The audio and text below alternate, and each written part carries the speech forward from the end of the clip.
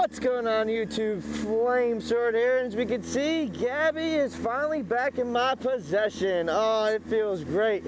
It's nice and chilly, but the ride still feels incredible. So, just got the bike back from the shop. As we can see, I need to go get some gas, so that's exactly what we're going to do first. I really don't know where a gas station is. Just gonna kind of retrack my pace back home, and pretty much hope that I find one on the way back. There was another rider, of course. You see another rider, you give him a hand signal. Big old fun community to be a part of. It is awesome. I hope the GoPro is in a good position today. I kind of did some weird stuff with the bolts that actually hold down onto the helmet. So Gabby is all filled up, boys and girls. I've been kind of just enjoying my ride, getting back into the flow, actually how to ride a motorcycle, since it is a bit chilly. But that kind of segments into what I want to talk to you all about today, is that if you follow me on Twitter, YouTube, obviously whatever it may be, whatever social media platform that you do have, that I also have, then you do know that I was out in California for the past week, basically. I was out there from October 2nd to October 8th, and returned yesterday on the 8th back to the Optic House. Now, what I was doing out in California was I was attending a Red Bull high performance camp. The basis behind the camp was learning how to perform under pressure. It was a camp of life-learned lessons that I will take with me for the rest of my life. It was crazy to learn some of the things that I did learn and whatnot. And I kind of just want to share those things with you today.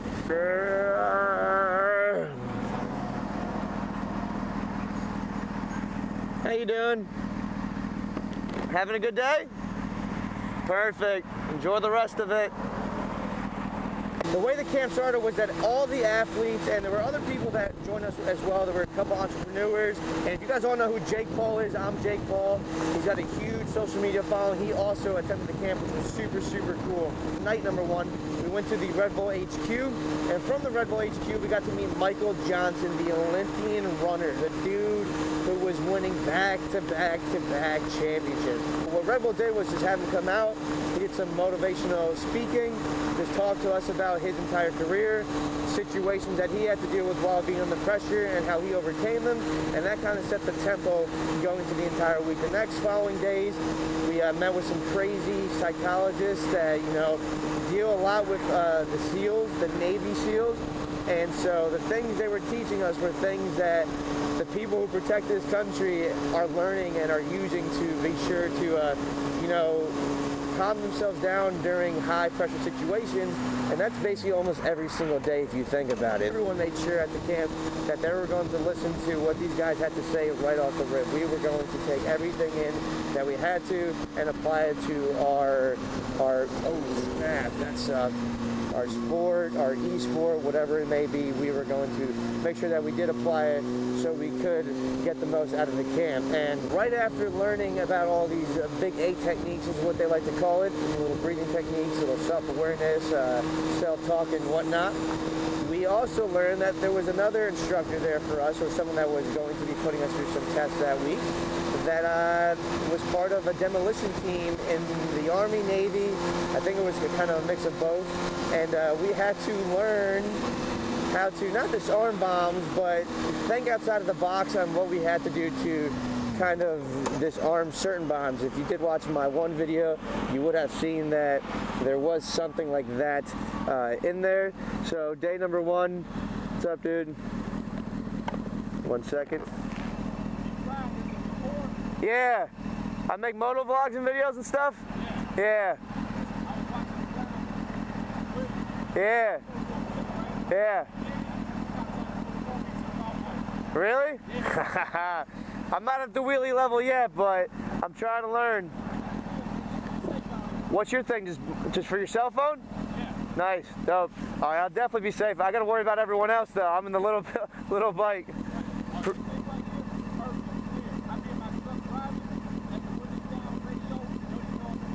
Nice. You have a good one, man. Running into a lot of friendly people today. We had the nice little pretty girl way back saying that she's having a good day. We had another guy right there who was intrigued by the GoPro on my helmet, wondering what I did. Seems like he was actually a person, an individual who watches motovlogs, which is pretty cool. So he was watching someone do a wheelie, he said, and that's pretty dope. But back onto the Red Bull High Performance Camp. So these demolition dude, in our first meeting with him, we're in a conference room, there's 15 of us, and he's like, all right, you guys see this timer? I don't want anyone to get out of their seats. One of you all is sitting on a bomb. Next thing I know, everyone starts looking underneath their seats. Guess who has a freaking bomb underneath their freaking seat? You guessed it right. Your boy Mike had a bomb immediately right underneath him, and I'm just like in my head, oh great, what does this one do? Is it smoke? Is it just super, super loud? What may it be? And thankfully, I didn't have to figure out what it was, because the group of individuals that I was kind of instructing or keeping up to date with how much time we had were able to devise a plan to get me out of there safely. And what they had to do to get me out of safely was that, obviously, if the guy is telling us that the pressure kind of switch, it was what kind of activates it, we decided to put all our hands on the seat and apply pressure, as much pressure as they could, so when I would step off the seat or get up off the seat, that the bomb wouldn't go off. And from there, the rest of us who didn't have our hands placed down were looking and scanning around the entire room to find things that we could put on the seat so then everyone could escape the room safely. Thankfully, we found a box of Coronas. There was this big bucket with water, ice, and a bunch of Red Bull, a bunch of waters and whatnot. So we just stacked everything together. Everyone took their hands off, and we had 1:30 remaining, and we completed our first task, which was incredible. The next thing we did was that the group was split into half. There was half hostages, and then the rest of us were the rescuers. For the most part, it was only one bomb per each person, but it was a different bomb, so everyone didn't complete it the same way. It was really to challenge our thought process and how we would deal with the pressure, because we knew there was a time limit that we had to get each of the hostages out of it. So for the first role, I was a hostage, and we had roles that we had to play. I had to play that I was drugged. So I had a girl named Tatum who was actually the one who was supposed to rescue me, and she actually did a great job. She got the job done. She disarmed my bomb. My bomb was pretty much 2 tripwires. At the end of the tripwires, there was a little leash that you could take out that would make your bomb not go off. And she was able to apply the techniques that we had been learning already to make sure that she could stay calm, stay collective, and got my bomb disarmed off me properly, despite me not being a hostage that was able to provide any help, because I was drugged. So I was like, and whatnot, super tight.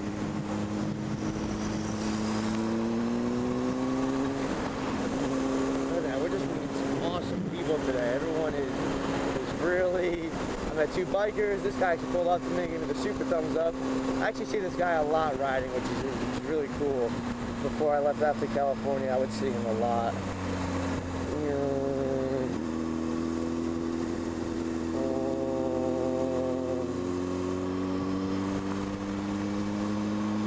But next up is that I am now the rescuer. My guy that I had to rescue, his name was Alex. Now, he was an entrepreneur, and his task or his acting of choice was that he had to act like a lunatic, basically. Someone that was just delirious and just was asking every single question you could think about. Someone who was just freaking out.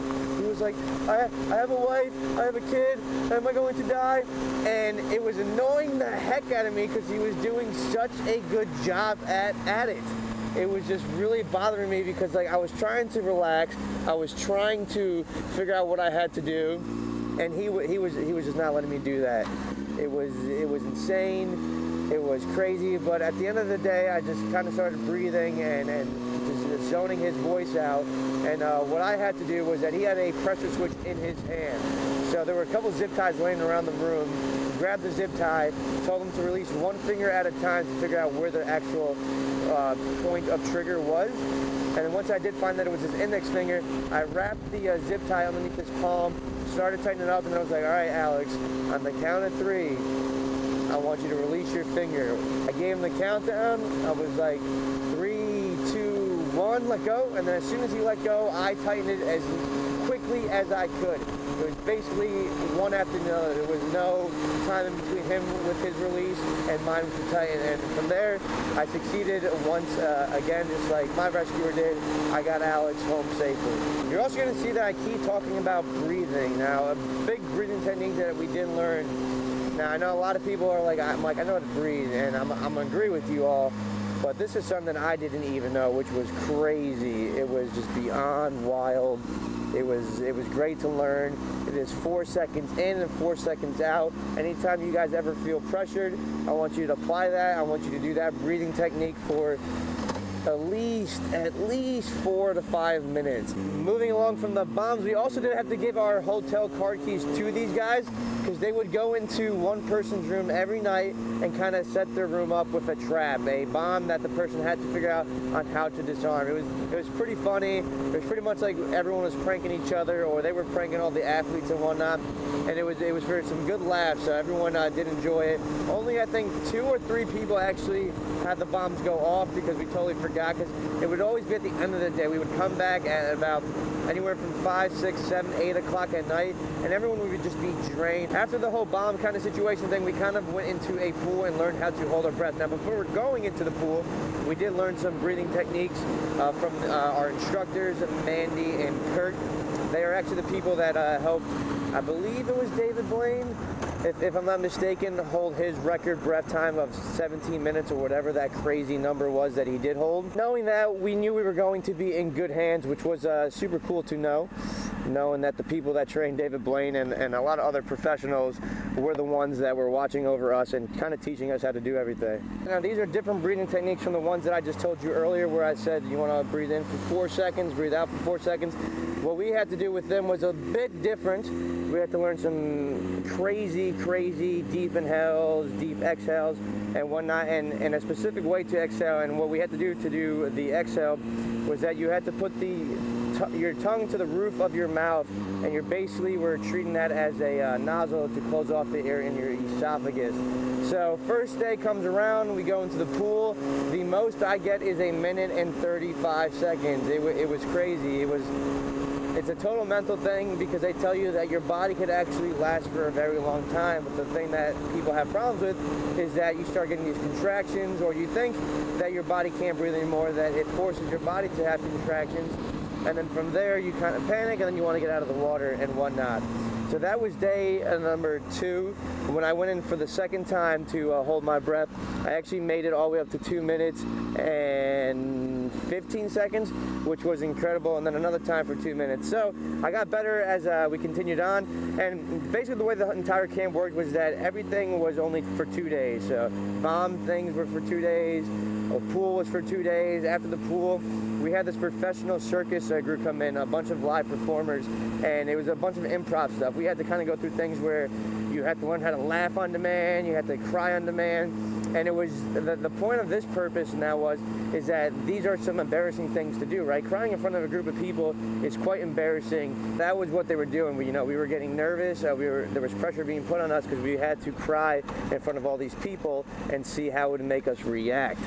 The circus stuff was cool and was definitely more my element, just because of all the video work that we do at the Optic House. I am not shy to be in front of a camera, so it was a bit easier on me, but there was some parts that made me nervous. It was initially the beginning part of it where we had to kind of dance to a song, and I'm not the greatest dancer, but I freaking love to dance, so it was quite embarrassing at first, but then at the end of it, I was like, you know what, everyone's going to do the same thing that I'm doing, so let me just get used to it, let me just, be myself, let me not care what, people are thinking in their heads that they're judging me, and let me just have fun with it. And that's exactly what I ended up doing, and actually everyone, the rest of the group ended up doing. We just were like, you know what, this is something we got to do to have fun and whatnot. Why are these cars not moving? It's a green light, it's a green light. It's a green light, there we go. After the circus days, the live performing days, we ended up next going into kind of some more Navy SEAL training stuff. We had laser guns, and we had to work in pairs of 2s with a couple of the other people in order to complete certain tasks. So there were 9 targets that we had to shoot down. We would shoot them down, and then from there, we would then have to just do it as quickly as possible and try to set a time, because after that, we then from there proceeded to go downstairs into this basement where one of us was blindfolded and the other one had their mouth shut with tape and was handcuffed. I was the one that was handcuffed, and my partner was Kirsten, and we were thrown into the basement of the building that we were in, and it was just a total maze, booby trap maze of crazy things. There were things that we could knock over, or else bombs would go off once again. There was bars, audio levels, so we couldn't really talk. That stuff was cool because it showed what kind of teamwork you actually do need with other people and how you have to use the senses that you do have available to you to complete certain things. Now, the scariest thing that I did do was 12-foot pythons, and there was a big box with a couple other snakes inside of the box, and we had to crawl through the box blindfolded and get to the exit point. Now this scared the shit out of me. Snakes are my #1 fear in life. I hate them. They are just freaking terrifying. Don't want to do anything with them. Don't ever want to be next to one again. It's just, they've always just terrified me, and that is it. But, you know, using the techniques that we did learn from days 1 and day 2, I was able to overcome my fear, and it was one of the most incredible feelings ever, and I loved it. And then I even had the courage, the balls to take a picture with it around my neck. So that was really cool. That was really groundbreaking for me, because it was, like I said, it was my #1 fear in the world. So I got that out of my way finally, which was incredible. Then finally, to wrap up the entire week, we actually got to have fun on the last day. We actually went to this track, and we actually raced sprint cars. Now, if you don't know what sprint cars are, they have 2 gigantic tires on their backside, and then the front ones are tiny tires, and what you're basically racing in is a bunch of dirt and mud. The purpose of these cars is to go sliding, to basically drift, and it was an incredible experience. These things had 800 horsepower, so they moved. I think the fastest I got to it on the tiny track that we were racing on was, I believe, 60 miles per hour, which is incredible, because if you saw what this track looked like, your mind would be blown. And the cool thing is that I know I didn't record a lot of footage of me doing the things because it was just impossible under the circumstances that we were under, but Red Bull is going to be making videos out of it. You're going to be seeing them coming up in the upcoming weeks, just like the Optic Gaming Red Bull camp that we had last year in the summer. So don't worry about it. Everything I just explained, you all will be able to see in video. You'll just be able to see me perform the stuff that I was talking about. If you did enjoy this video, be sure to leave a like, comment, subscribe, and I'm going to do something different than my normal outro. I'm going to change up the game. I'm going to steal Big T's. As always, guys, I don't have an outro, so here is a wheelie.